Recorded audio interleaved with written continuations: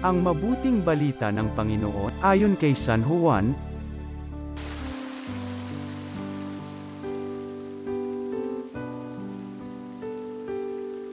May isang Parisiyo at pinuno ng mga Hudyo, na nagngangalang Nicodemo. Isang gabi, siya'y nagsadiya kay Jesus. "Rabi," sabi niya, "nalalaman po namin kayo'y isang gurong mula sa Diyos, sapagkat walang makagagawa ng mga kababalaghang ginagawa ninyong malibang sumasa Kanya ang Diyos."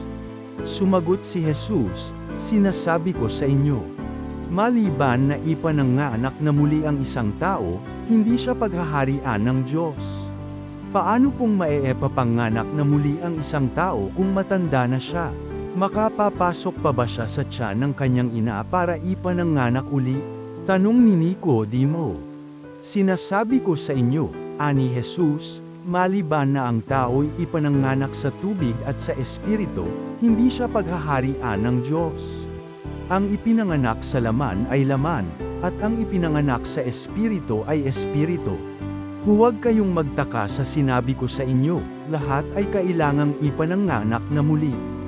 Umiihip ang hangin kung saan ibig at naririnig ninyo ang ugong nito, ngunit hindi ninyo alam kung saan nanggagaling at kung saan naparoroon.